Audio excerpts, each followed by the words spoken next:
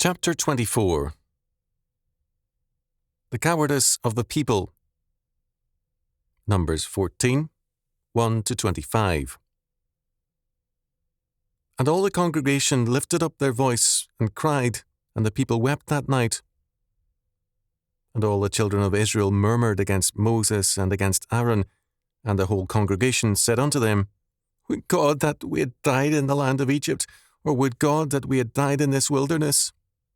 And wherefore hath the Lord brought us unto this land, to fall by the sword, that our wives and our children should be a prey? Were it not better for us to return into Egypt? And they said one to another, Let us make a captain, and let us return into Egypt. Then Moses and Aaron fell on their faces before all the assembly of the congregation of the children of Israel. And Joshua the son of Nun, and Caleb the son of Jephunneh, which were of them that searched the land, rent their clothes. And they spake unto all the company of the children of Israel, saying, The land which we passed through to search it, it is an exceedingly good land. If the Lord delight in us, then he will bring us into this land, and give it us, a land which floweth with milk and honey. Only rebel not ye against the Lord, neither fear ye the people of the land, for they are bread for us. Their defence is departed from them, and the Lord is with us. Fear them not. But all the congregation bade stone them with stones. And the glory of the Lord appeared in the tabernacle of the congregation before all the children of Israel. And the Lord said unto Moses, How long will this people provoke me, and how long will it be ere they believe me, for all the signs which I have showed among them? I will smite them with the pestilence, and disinherit them, and will make of thee a greater nation, and mightier than they. And Moses said unto the Lord, Then the Egyptians shall hear it, for thou broughtest up this people in thy might from among them. And they will tell it to the inhabitants of this land, for they have heard that thou, Lord, art among this people, that thou, Lord, art seen face to face, and that thy cloud standeth over them, and that thou goest before them by daytime in a pillar of cloud, and in a pillar of fire by night. Now if thou shalt kill all this people as one man, then the nations which have heard the fame of thee will speak, saying, Because the Lord was not able to bring this people into the land which he sware unto them, therefore he hath slain them in the wilderness. And now I beseech thee, let the power of my Lord be great, according as thou hast spoken, saying, The Lord is long-suffering and of great mercy, forgiving iniquity and transgression, and by no means clearing the guilty, visiting the iniquity of the fathers upon the children unto the third and fourth generation. Pardon, I beseech thee, the iniquity of this people, according unto the greatness of thy mercy, and as thou hast forgiven this people from Egypt even until now. And the Lord said, I have pardoned according to thy word, but as truly as I live, all the earth shall be filled with the glory of the Lord. Because all those men which have seen my glory and my miracles which I did in Egypt and in the wilderness, and have tempted me now these 10 times, and have not hearkened to my voice, surely they shall not see the land which I swear unto their fathers, neither shall any of them that provoked me see it. But my servant Caleb, because he had another spirit with him, and hath followed me fully, him will I bring into the land whereunto he went, and his seed shall possess it. Now the Amalekites and the Canaanites dwelt in the valley. Tomorrow turn you and get you into the wilderness by the way of the Red Sea. Numbers 14, 1-25. This is a devastating report of the, quote, chosen people, end quote, mentality, whether in Israel or in the church. God's election or choice of any people or group is an act of sovereign grace on his part. To presume on that fact is to invite judgment. Ungrateful people constantly remake the past in terms of their own imagination. Israel here said, Would God we had died in the land of Egypt. In Egypt they had been slaves. Their newly born male sons had for a time been routinely killed in order to eliminate them as a people, leaving only girls to be made harem slaves. This policy was finally dropped for unstated reasons, probably because the need for labour levies for massive construction work emphasised the need for more male workers. Again, some said, "Would God we had died in the wilderness." Verse 2. They would rather have been dead than alive to face and conquer an enemy. As Matthew Henry observed, they charged God with malice and hypocrisy in bringing them to the borders of an apparently formidable enemy. Their solution was a simple one. "Let us make a captain, and let us return into Egypt." Verse 4. Slavery was better than freedom. Israel was hostile to the responsibilities of freedom. They were at least open about their preference for slavery. In 1964, living then in Palo Alto, California, where wealth and economic security were commonplace, I was surprised by the number of people of means who voted for Lyndon B. Johnson for president rather than Barry Goldwater, because they believed Goldwater would imperil their future social security checks. Some of these people were notable churchmen. In verse 5, we are told that Moses and Aaron fell on their faces before all the congregation.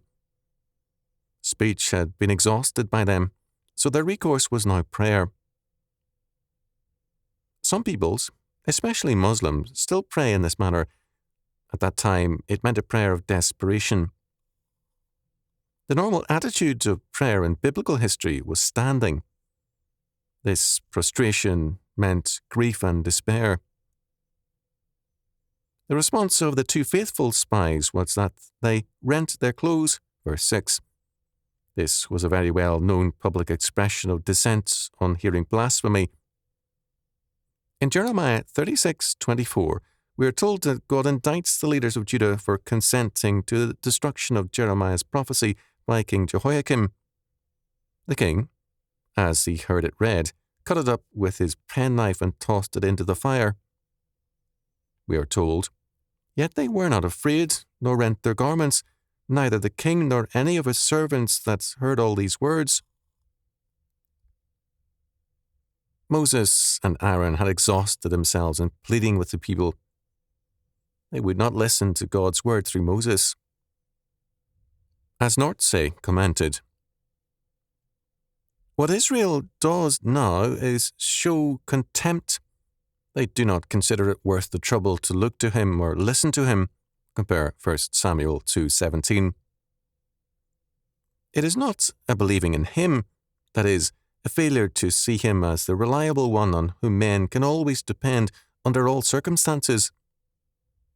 But in doing this, Israel has lost its right to exist.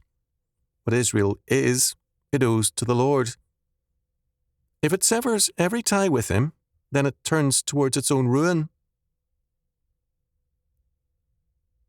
At this point, the glory of the Lord appeared in the tabernacle of the congregation before all the children of Israel, verse 10, to pass a death sentence on them. Prior to this, Caleb and Joshua had tried to reason with the people. Their argument was, first, Canaan was an extremely rich and fertile land, a land flowing with milk and honey, verse 8.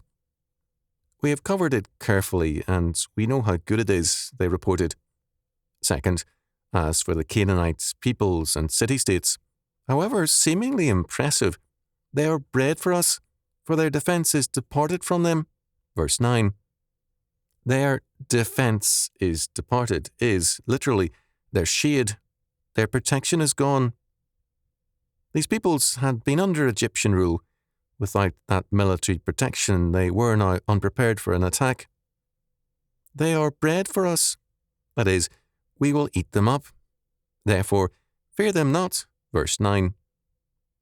This was an astute and accurate analysis. Third, the critical fact for us is God's blessing. He is the determining power. If you rebel against him, he will be your real enemy. The reaction of the people was to plan at once to stone to death Caleb and Joshua. Suddenly, however, the glory of the Lord, his fiery presence, appeared in and about the sanctuary. God speaks to Moses alone. The people had provoked him with their faithlessness in the face of all his miracles. I will smite them with the pestilence and disinherit them, and will make of thee, Moses, a greater nation and mightier than they. Verse 12. To an extent, God did smite Israel. All those 20 years old and older died in the wilderness. He summoned great men out of the Hebrew ranks in the centuries ahead, but the nation as a whole gained judgment again and again. Moses, at this point, interceded with God. His argument was entirely based on the character of God, not on anything in Israel.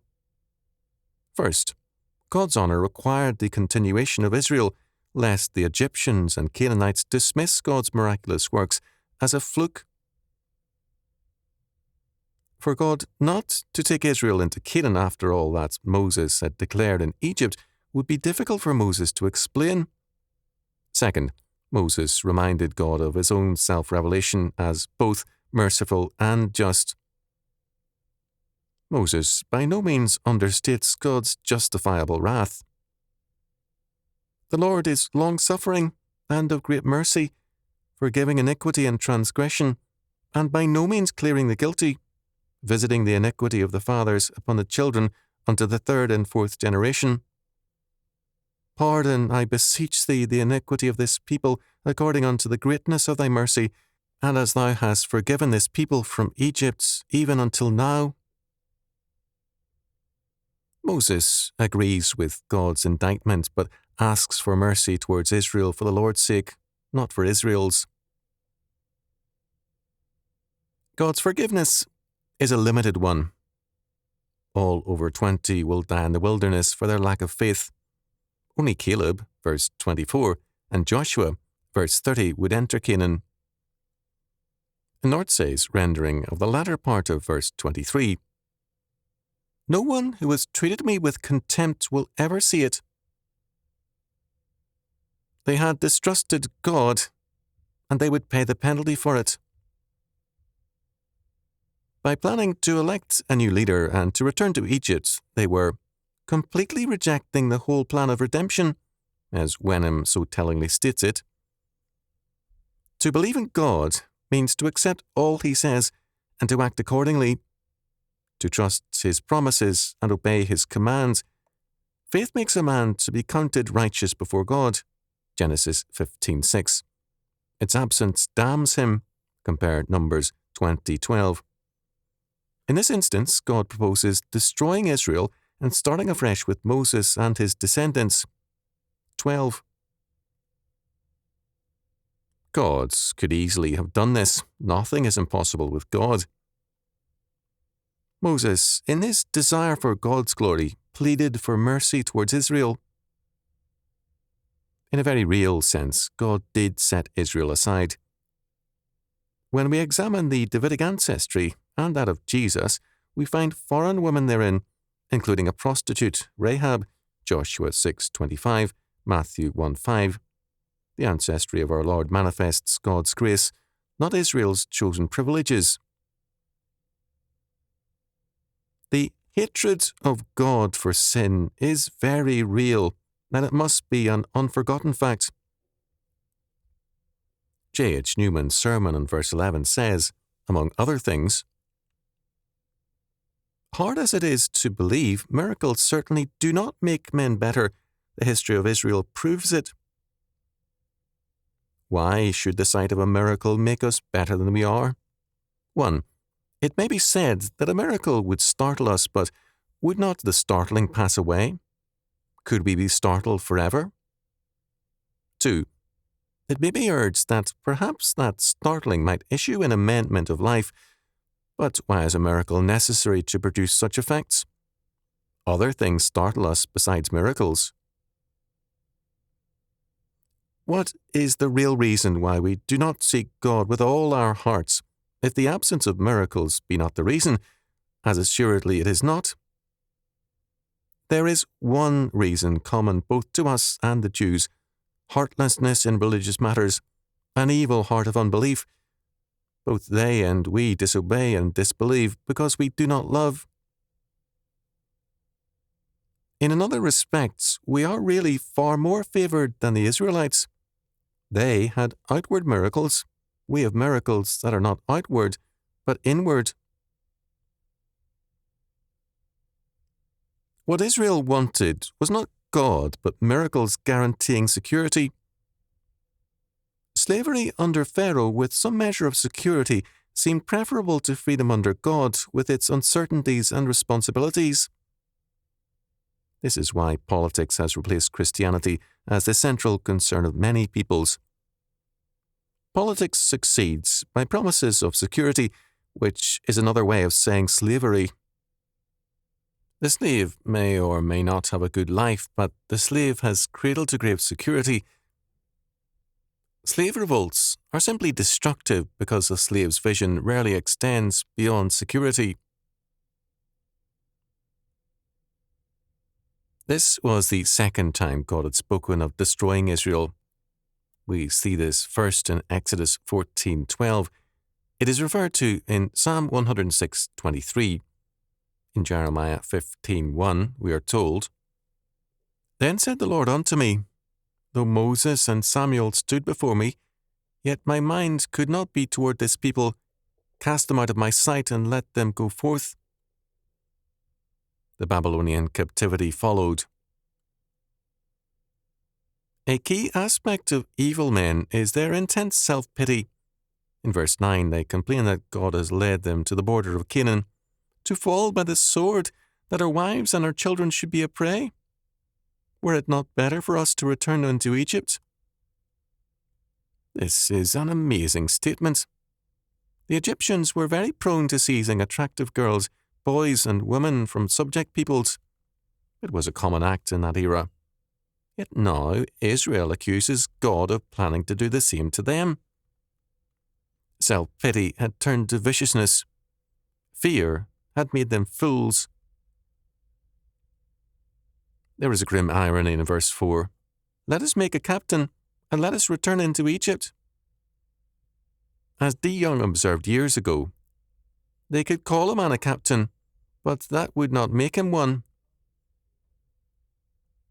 According to the heresy of democracy, leaders are made by the votes of the people rather than by faith and character. The results for the 20th century have not been good.